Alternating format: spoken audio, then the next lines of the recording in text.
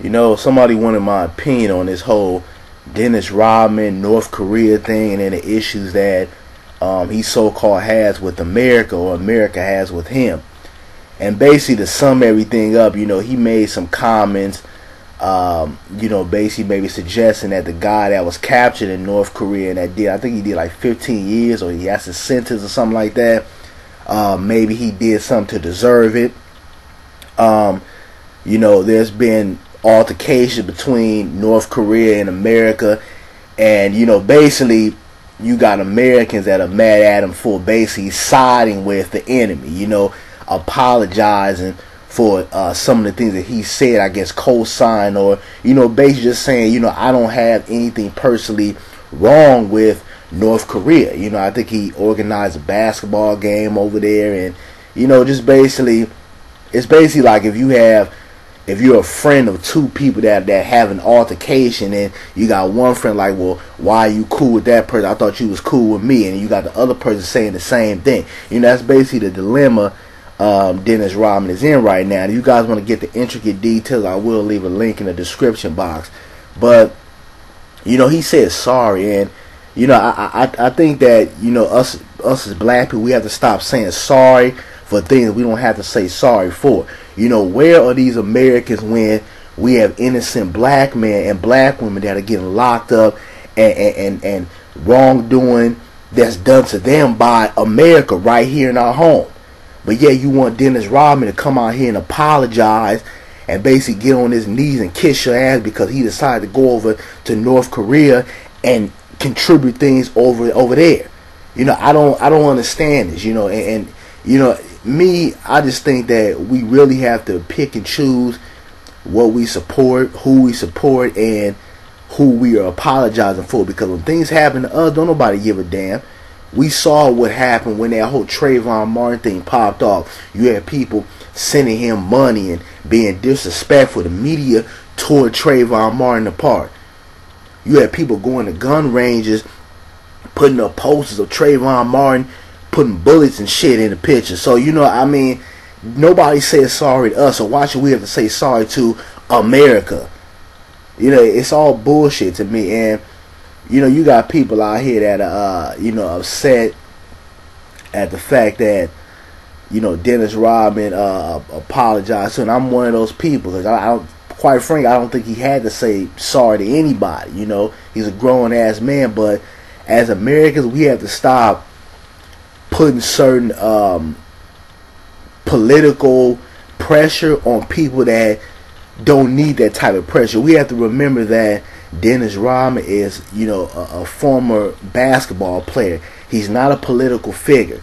Okay, we don't need to put pressure on him to say sorry or do certain things or represent America in the way that we feel like he should represent. Those are the pressures you put on people like President Barack Obama, those who stand for that every day, those who are political figures, rappers, basketball players, football players, anybody who is in entertainment. We don't need to put those type of pressures on. And that's why I didn't go after Kobe Bryant and everything when that whole Jim Brown thing popped up, because I have a lot of respect for Jim Brown. A lot of athletes and just black people in general have a lot of respect for Jim Brown. But at the same time, first of all, I thought he was out of line for making those comments on national TV. And I understand that Arsenio asked him a question. And when you ask somebody a question, you get the answer that, they want to give. But at the same time, I think there's a way that you can answer questions without ridiculing another black person in the media on a national television show. And a lot of times that we look at rappers and we look at, those who in the entertainment field. And I do understand why people look at them to be political figures or people to, I guess, be a political activist or use their power to progress the black people in America. I do understand it, because we had those who came before us that used their power, whether it was in sports entertainment, music, whatever. They used their cultural influence to better our people, to put messages out there, to say things that maybe your average Joe couldn't say on a big national platform. So I understand the blueprint that's been laid out for a lot of these guys that are in entertainment, but at the same time, that is not their job. We can't put a gun to every black athlete or every black person that's in entertainment and say, oh, you need to speak about excuse me, police brutality. You need to speak about injustice, things that are in the political world. You need to speak about racism. That's not their job. Their job is to entertain you. Their job is to play, as far as Kobe, his job is to win rings, okay, play basketball and entertain you. Rappers, their job is to make a hit record, sell records, and entertain you. Their job is not to go out here and be political figures. And I think a lot of times we put pressure on the wrong type of people. And then these same people don't turn around and look in the mirror and say, well, what am I doing for my people?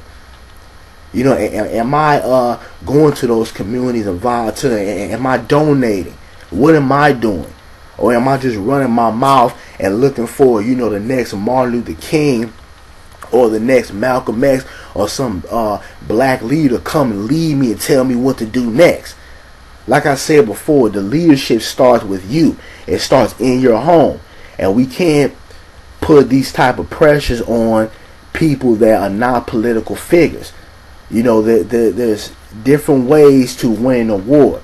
Everybody doesn't want to go out like Jim Brown and, you know, go to conference meetings and march and all that. That's what he does. No disrespect to Jim Brown, but that was his lane. Another, you know, athlete or black man might say, okay, you know what, I'm going to fight the system by getting educated. You know, I'm going to become a black doctor or a black lawyer and fight in that way. You know, another person might say, you know what, I'm going to become a business owner.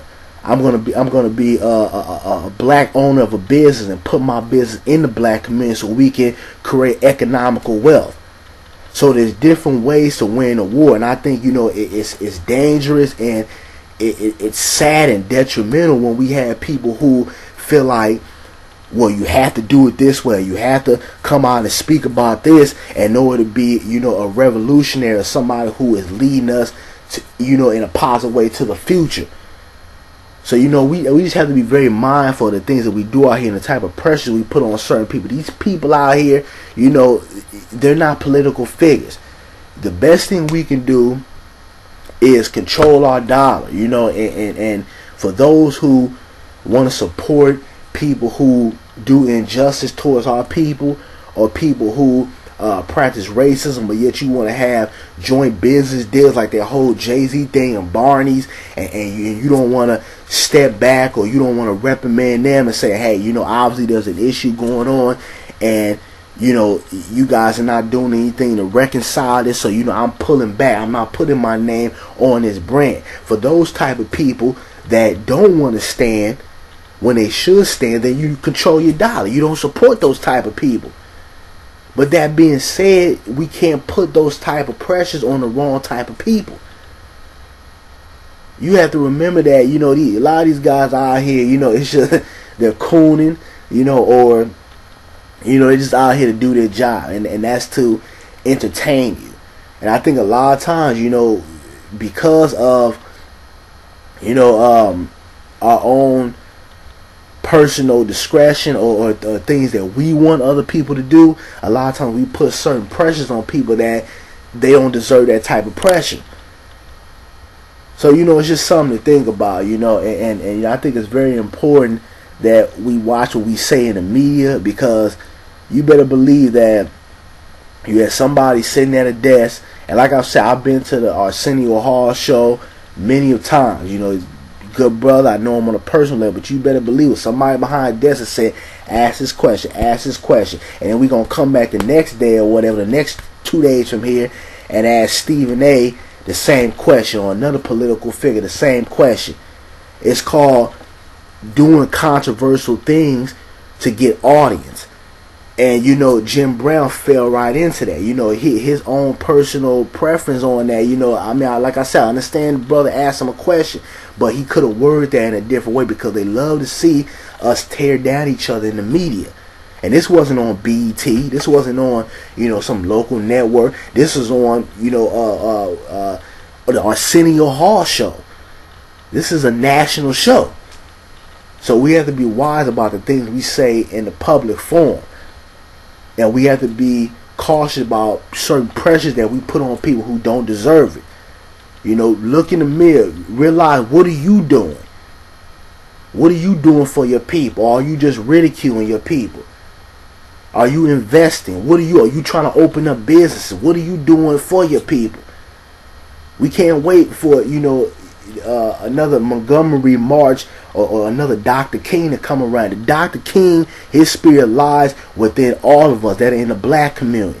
And it's up to us to lead this charge on so that we can have a better future. We got to stop pointing at the rappers and the basketball players and everybody in the entertainment field. What are you doing? And stop apologizing to people who don't apologize to us.